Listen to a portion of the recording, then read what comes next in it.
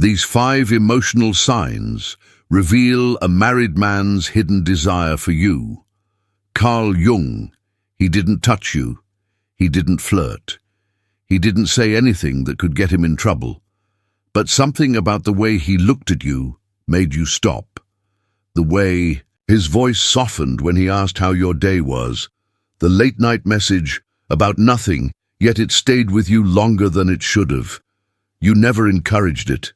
You didn't ask for this connection. But still there's a flicker in your chest. When his name lights up your screen, there's a pause, a wonder, a pull. It's not about fantasy. It's about emotional gravity, because what you're feeling isn't random. It's a quiet tension, a subtle thread. And if you've ever questioned whether a married man is slowly, silently desiring you, this isn't about blame. This is about awareness. This video isn't here to scandalize you. It's here to help you see what's really unfolding before the feelings go deeper than either of you intended. But what if that feeling you sensed wasn't just in your head? Most emotional affairs don't erupt in passion or scandal. They begin in the quietest places, where no one is looking, in marriages where curiosity has faded and conversation has been replaced with logistics. Did you pick up the groceries? Did you pay the bill? How's work? Without ever really asking, how are you, really? Carl Jung once said, "What you resist persists." And many couples spend years resisting the truth that emotional distance can grow even when people still share a bed. In that space, something begins to shift, not out of lust, not out of betrayal, but out of something far more human, the need to be seen, to be known, to be felt. And sometimes that need doesn't get voiced, it gets redirected. Not because the man is hunting for an affair, but because someone else noticed him in a way he no longer feels at home. Someone listened without judgment, and that changes everything. But this isn't just theory, it happens quietly in real life. Rachel wasn't naive. She was 47, divorced, and at peace with her life. Her kids were grown. Her house was quiet. She had her routines, yoga in the mornings, a mystery novel by her side at night, and a little garden that gave her just enough reason to get out of bed on weekends. She had no interest in dating, no craving for drama. She wasn't searching for love or even attention. She just wanted her space. That's where she met Ethan, a man who didn't look like trouble. He was kind, steady, married. They first spoke after a yoga class, standing by the shoe rack. He commented on the book she carried under her arm, The Untethered Soul. She smiled and asked if he liked reading. He said yes. Parenting came up next. He had a teenage daughter. Rachel mentioned her oldest had just turned 24. The conversation was light, passing, forgettable, except it didn't forget them. A week later, he sent her a message. It was just a quote. The deepest pain is being unseen in the place where you most expect to be understood. No hello, no context, no emoji, just that. And the timestamp, 11:47 p.m. Rachel sat with her phone in her hand. She didn't reply, but she reread it once, twice, then again. Something inside her shifted, almost against her will, not because of the quote itself, but because of who sent it and when. The next time she saw Ethan at yoga, he didn't mention the message. He simply nodded, smiled, and asked how she was. But his tone had changed. It wasn't flirty, but it was warmer, more intentional. He seemed to see her now, in ways she hadn't realized she missed. He noticed when she wore her blue scarf. He asked if she'd finished the book. He mentioned how the flowers in her garden must be blooming soon. Because it's that time of year, right? Details, small ones, but loaded with presents. Rachel found herself lingering a little longer after class, not because she wanted something to happen, but because something already had. She told herself not to overthink it. He was just friendly, just thoughtful, just different. One day, while walking to her car, he offered to carry her yoga mat. She said no, but smiled.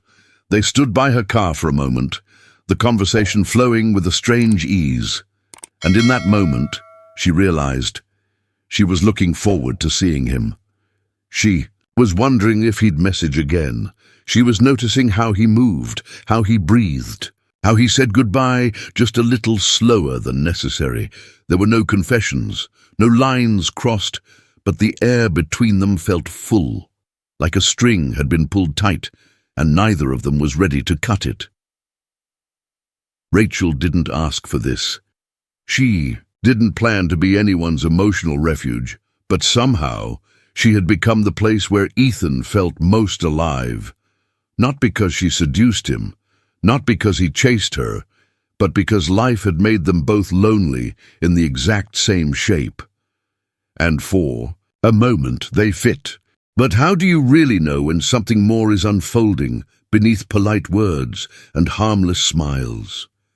Because emotional desire doesn't always enter the room like a storm. It doesn't kick down doors or shout across the table. It arrives quietly, almost respectfully, in whispers, in glances, in patterns so soft you almost don't notice them until you do. Let's walk through them, one by one. First, it starts in his voice. You notice it before you ever understand it. When he speaks to you, something shifts. His voice drops just slightly. It carries warmth, not flirtation, but familiarity, comfort, presence. He doesn't rush through his words the way he might with others. With you, he slows down. He lingers, even when the conversation is simple, weather, work, routine. There's something more behind it, a softness that says, I want to stay here a little longer. And if you told a friend, they might shrug and say, you're reading into it. But your body knows the difference, because it's not just the words, it's the way he says them. Then he starts showing up without needing a reason, not physically, but digitally, emotionally. He sends a quote at night, no context. He forwards a song with the message, this made me think of something you said. Or a meme that's oddly specific to a moment you shared last week. He doesn't need to do this. He could easily keep it to himself. But he doesn't, and it doesn't happen every day, but just enough to make you wait for it. Just enough to make you wonder what he's thinking when your phone lights up. These aren't romantic gestures, they're emotional breadcrumbs, and you're following them, whether you mean to or not. Next, he remembers things no one else does, and not just trivia. He remembers depth, emotion. That story you told once about your dad and the truck that never started in winter. The way you said autumn makes you nostalgic. How your divorce made you feel. Invisible. Not sad, but invisible. He brings these things back to you, not to impress you, but because he kept them. He collects your words the way someone might collect seashells, gently, reverently, as if each one matters. And in that collecting, he's building something, a version of you that feels known. Then comes the opening, quiet, honest, unexpected. One day, he lets you in, not dramatically, not all at once, but he says something vulnerable, something true. He talks about the silence, in his home, how he feels like a ghost in his own marriage, how they don't fight, but they also don't really see each other anymore. He doesn't ask you to fix it. He doesn't frame himself as a victim. He just shares. And in that moment, the emotional weight shifts. You're no longer just a friendly voice. You're his confidant, his mirror, his refuge. Finally, your emotions begin to sink. You notice it in the way he mirrors you. When you're joyful, he seems lighter. When you're quiet, he becomes softer. When you're tired, he stays a little longer in conversation without asking. Why? It's not just attention, it's attunement. He's tracking your emotional weather, not just your words, but your energy, and slowly, something invisible links you. You start to feel emotionally paired, even if nothing physical has happened. But, here's the pause. Carl Jung warned us, projection often feels like destiny, but it's really a reflection. When a man starts seeing you as the answer to what's missing inside him, he may not be loving you. He may be loving the idea of who he thinks you are, the version of you that fills the silence in his own heart. And that version might not be real, but the attachment, that part, is very real, and it comes with a cost. And even if it feels good, even if it feels safe, you have to ask yourself something deeper. Is this love or is this escape? Because let's be honest, this kind of emotional intimacy feels incredible. You feel seen. He listens. He remembers. And somehow, his presence wraps around you like something warm you didn't know you'd been missing. There's a softness in the way he looks at you, the way he says your name, slower than most, the way he lets his guard down inch by inch. Only when he's with you, it's not physical, but it's real, and real can be dangerous when it feels like a promise. You start telling yourself, this means something, this could be something. But here's the harder truth. He may not be falling in love with you. He may be falling into you. And those are two very different things. Falling in love is motion. It moves forward. It builds. It chooses. It says, I want you, not just now, but next week, next month, next year. But falling into someone, that's not movement. It's collapse. It's leaning into someone because your own walls have started to give way. Because the silence back home has become unbearable. Because the version of yourself you show the world no longer feels like who you are. He's not reaching for a new life. He's reaching for shelter. And you somehow became the only room in his emotional house that still has light. You're the flashlight in his darkness. But that doesn't mean he wants to live in your light. He just wants to stand near it, to warm his hands at your fire, to feel for a moment like he still matters, until he has to go back to what's familiar, back to the life he says he doesn't recognize but won't leave. And that's the heartbreak no one warns you about. He can be fully present with you, emotionally, spiritually, even vulnerably, and still never choose you. Not because you aren't worthy, not because he doesn't feel something real, but because what he feels might not belong to you.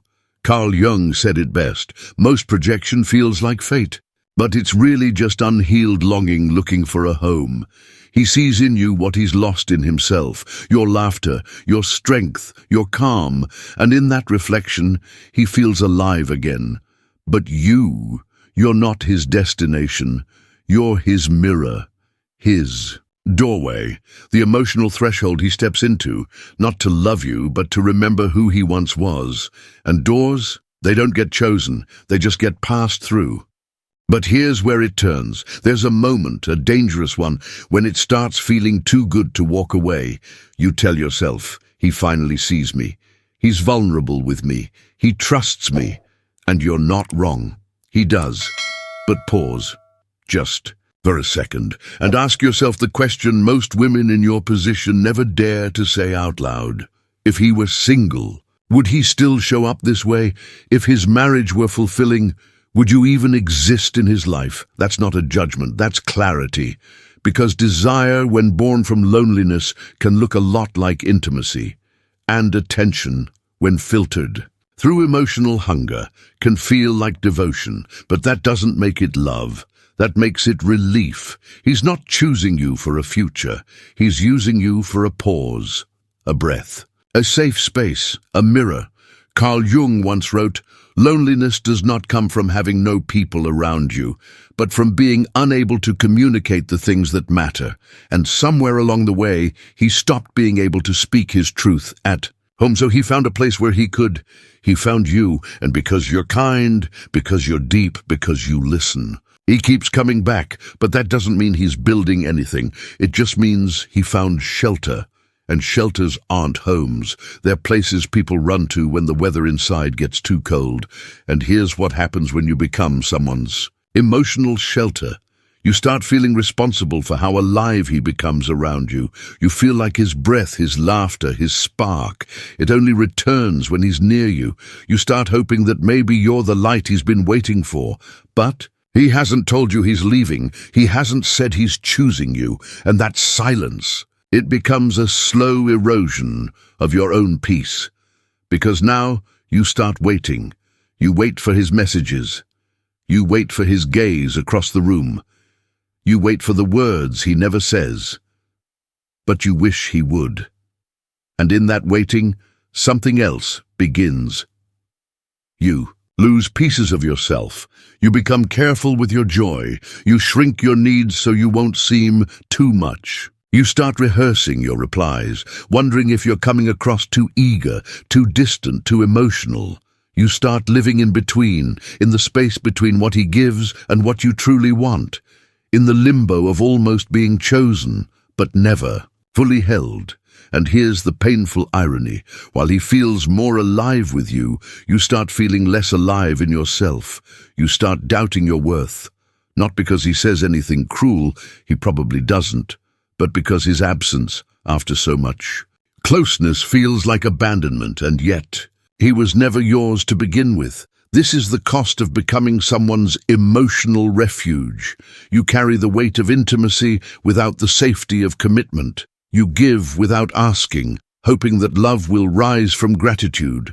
But instead, you get silence, guilt, distance. You may think you're building something sacred, but the truth is, you're building on borrowed ground. And borrowed ground is not where you plant roots.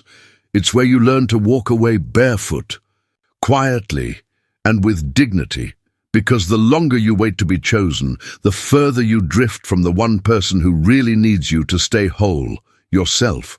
And if any part of this felt familiar, if you've been nodding quietly, feeling something tighten in your chest, maybe it's time to ask yourself one last question. Have you ever been someone's emotional escape? Not the person they kissed, not the one in the photos, but the one they confided in when the lights were off and the house was asleep. The person they opened their soul to, but never made space for in the daylight. Have you ever loved someone who only existed in the shadows between his responsibilities, between his marriage and his regrets, between who he was and who he wanted to be? If so, you are not alone, you are not foolish, you are not broken. You are human, and your heart deserves truth, not half-light, real presence, not passing refuge. So take this moment to reclaim your peace, to step out of emotional waiting rooms and back into your own life. And if you feel safe, share your story in the comments. Say it out loud, because sometimes the first step toward healing isn't walking away, it's being witnessed. And there are women here, just like you, who've walked this quiet, complicated road. We see you. We're listening. You're not alone anymore.